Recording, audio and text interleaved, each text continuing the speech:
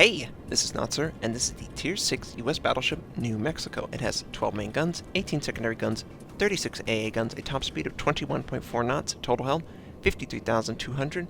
For my modules, reduce crit chance on main battery, increase AA range, reduce flood and fire chance, faster rudder shift. And for my commander, situational awareness, basic survivability, basic firing training, faster turret traverse, lower chance of fire, and lower cooldown on damage control. We are on the map north. I spawned out on the east side, and I'm headed to support C and D. I already have 2 ally cruisers and a battleship headed for those positions. And the New Mexico is very slow, clearly, and it's going to take a while to get to any place, but once it gets there, it does pretty damn well. Now, I have a friendly cruiser at sea, capturing it as I speak. There's 2 enemy battleships that are north of sea, probably in range to fire on that friendly. So the friendly is not going to have a lot of success trying to capture C, and it looks like an enemy destroyer showed up north of C, wants to take the position, or at least make the friendly cruiser think twice about staying in the area. And we're going to try and support him. It's an Isokaze, Tier 4 Japanese destroyer. It's a very good Japanese destroyer, and we try and fire blindly, basically, on the last known position of the Isokaze. But nothing lands. It's inaccurate. We didn't have the accuracy benefit of a target visible, and it shows back up, of course. The friendly has to move out of sea. He's taking too much fire, plus they're interrupting his capture. He might as well lead the capture and be more effective at taking out this Isokaze than staying in the capture. And it looks like he's actually sent out torpedoes to try and take out the Isokaze. Probably not going to be successful. Destroyers are very elusive. They can easily maneuver outside of a torpedo strike, but it does cause one thing. It causes a destroyer to commit. And I wait until this destroyer commits to avoiding that last torpedo, and I one-shot him! 100-0. Take that sucker out. Goodbye, destroyer. See you later. Sayonara. No one wants to see you ever again, as long as I'm in my New Mexico. So, I'm headed to D to support my friendly cruiser. It looks like a couple enemies are also headed to D to try and stop us from taking D. Nobody's capturing C, mind you. The enemy destroyer was defeated, obviously, and the friendly cruiser has also been defeated. So, it's just my friendly battleship that could possibly capture C, and it looks like he's not interested in doing that. Now, we've already committed. We're really too slow to go back and capture C. Hopefully, we can take over D and then move for C. Looks like most of my allies are engaged to fight over A, and it looks like it's a pretty big brawl for A. There's at least 5 ships per side, if not more, fighting for it. And it looks like we've lost one of our destroyers in attempting to capture it. So, right now, it's just us. We are the only group that were able to capture a base and give our team some tick rate to protect ourselves from losing too many ships. Now, my ally is engaged with that enemy battleship that was north of C. It looks like it's headed for D, just as I inferred, based on the last known position. And it looks like an enemy cruiser is also headed for D. It's a Cleveland, and we're able to line up a shot just for the island. And in fact, we're going to get what looks like 2 shots hit the giant island. But it was a waterline shot, and we were able to do pretty good damage. And we did completely destroy one of the turrets on a Cleveland. So that's an interesting development. That takes his potential firepower down 25%. That's a lot of damage output that's taken away from the Cleveland. And conveniently, the island is in the way for the full duration of the reload, so we have our guns ready to go when we see an enemy show up. Our ally has only taken 1/5 of his hit points, so he's okay. But we're still maneuvering, still slowly. It's only taken us 6 minutes to get 5 squares over to this area. It's, US battleships are just so slow. And speaking of US battleships, we've got a slow Wyoming. Now, waterline shot. We lead very little because it's a very slow battleship. And it looks like the rounds are going to hold true. Oh, no! 11,000 points of damage is good. but we do not get that citadel penetration that we were looking for. We were probably just a little bit off in either the lead factor or the elevation of the gun. But the enemy battleship is not interested in firing at us. He's more interested in firing at the friendly, who is doing a ton of HE damage to that battleship. So the Wyoming angles his ship and is moving off. This is a difficult shot to penetrate, and we blow it up completely. We just miss. Oh, that was an awful shot. I'm sorry you all had to see that shot. But we've got a Cleveland, and the Cleveland is showing a beautiful broadside ready for our guns. Can we just reload fast, please? The friendly Cleveland is at 50% life, so we're going to try and minimize the damage he takes by maximizing the potential damage we can do to this enemy Cleveland. And you can see the Cleveland only has those 3 turrets. And if we would have led just a little bit better, and we would have had a little bit better gun depression, we might have been able to penetrate the citadel. But friendly is doing fantastic. We just need to try and keep him alive. He's doing tons of damage to both the battleship and the cruiser. Our team has taken the lead. And will these guns ever reload? Gosh, they're so slow. It's one of the most frustrating things about the New Mexico in comparison to the Fuso. The Fuso, 27 glorious second reload. 33-second reload on the New Mexico. And we miss again. Wow. We should have been able to finish him off after he's coming out of the turn. He would have been broadside. He would have been a perfect waterline shot, but we just didn't aim as precise as we needed to. Now, it looks like the Wyoming has gone AFK, crashed, I don't know what, but he's just not moving, and he's just sitting there. And I'm sure this Cleveland just loves it. He's like, damn you. I came here to support you, and now I'm gonna have to die. Yes, you're gonna have to die. So, we're able to take out that Cleveland. I felt pretty confident we were gonna take out that Cleveland with that shot. He's just too close. Would have been really embarrassing to not kill him. Now we have the Wyoming.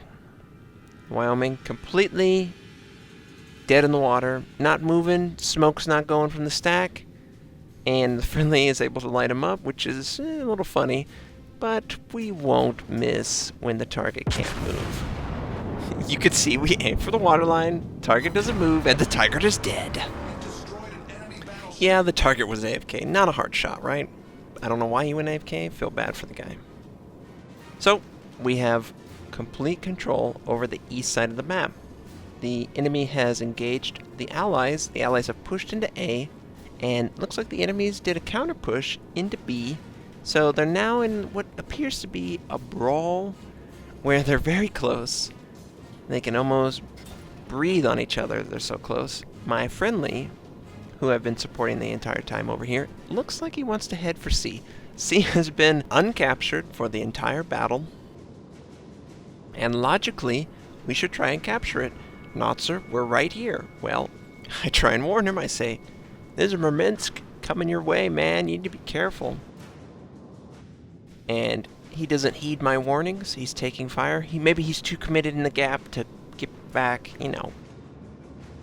Hindsight. But I can't move anywhere fast enough to support him. And he's doing a lot of damage.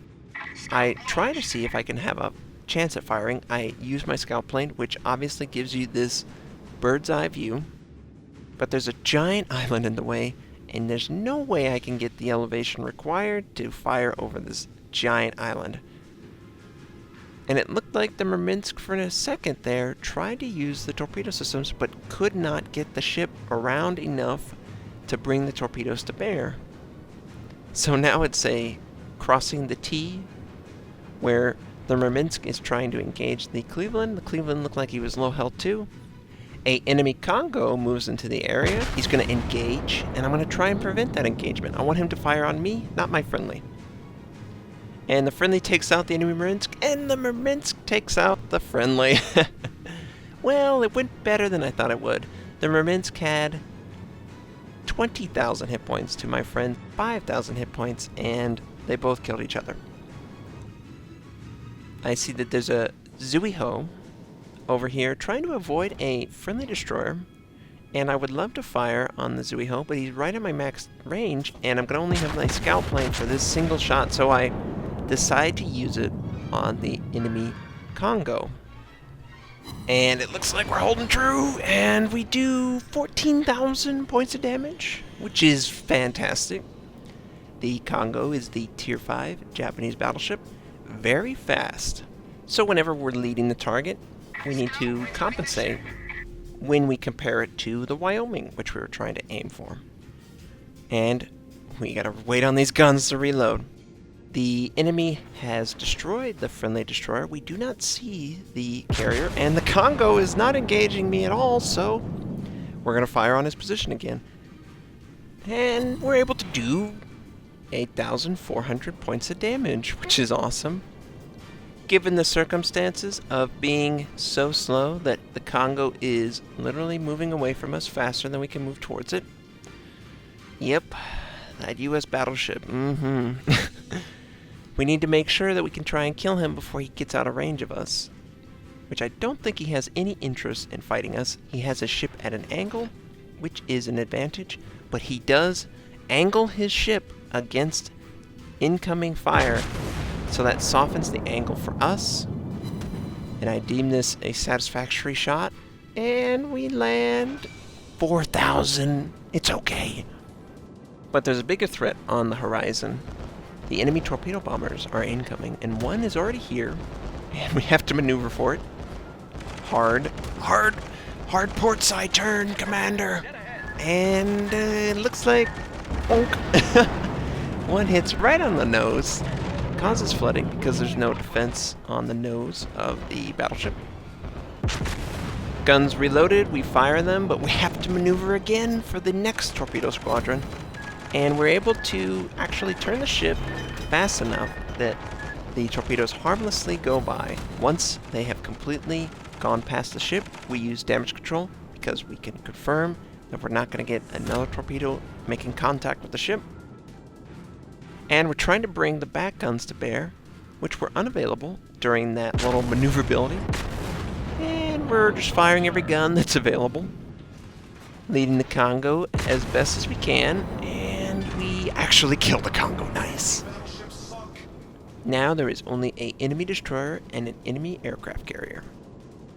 We still haven't captured C. It's 14 minutes into the game, and C is still as blank as it was at the beginning of the match. It's just the way the game goes, right? And I taunt the carrier. I want the carrier to know that I'm coming for him. And an enemy destroyer is spotted very close to an ally, and the enemy aircraft carrier is sending a dive bomber, but there's nothing we can really do about it. We are just too big and slow. We need to take the damage and heal it. And while this is going on, I'm going to aim on this minikaze, because he's not going to expect a battleship is engaging him at 13 kilometers. And we're able to successfully land 2 shots and do 2,000 points of damage. Not bad. And the friendly finishes off the destroyer. And now there is only a single aircraft carrier left in the game. And I have to maneuver for the torpedo bombers, or I'm going to die. They just do too much damage to ignore, and this buys time for the aircraft carrier. I tell my team where I think the aircraft carrier is. If I had damage control, I would use it on the fire. I never want 2 fires to be burning on my deck. That's 500 points of damage a second. That's a lot of damage that we would obviously like to stop, but we can't do anything about it. So the ship actually fights the fire itself. We don't have to use damage control. We use our heal to try and compensate for the damage we took.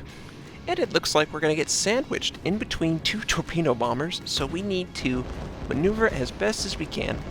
This is obviously trying to layer the torpedoes to give us no options. So our best guess is to maneuver for the front one, and we're able to actually maneuver for the back one. Yeah, we're not even close. Not even close, right? Not even close. We're able to avoid both sets of torpedo strikes. And there's just a enemy dive bomber in the area, which we have damage control, so it's not a big deal if the dive bomber lands his strikes on us. And this enemy Zuiho is just running away. It's a Japanese carrier, so its concealment is pretty good, and it has pretty good speed. Certainly faster than us, but hey, there's only like 3 ships slower than us in the game, so yeah. Yep, US battleships just awful at pursuing. They're great for defense, but they're not very good at assaulting until you get to the North Carolina, of course, which is so close. I'm on the Colorado right now, and I'm dealing with everything that everyone else deals with the Colorado. Yes, it's not ideally the ship you would prefer to be using, but it's the one we're given, right? Another interesting tidbit, the North American cluster has a special PAX event going on. Your objective, should you choose to accept it, is to spell out PAX Marblehead with the first letter of your victims. The only exception is that X doesn't need to be the first letter. It can be anywhere in the player's name, and you cannot reuse a death more than once. So, for all the A's in Marblehead, you can only use one of them. You have to get 2 actual players with A's as their first letter in order to count that as a full completion. There's more information on the forums. I'm going to have a link in the description, but that's pretty fun that people can do this weekend. I don't know what EU and Southeast Asia are doing, but this game was pretty good. 4 kills. We were able to just barely not get the 2,000 base XP. We were able to do, 75,000 points of damage. I hope you have a great day, and I'll catch you next time.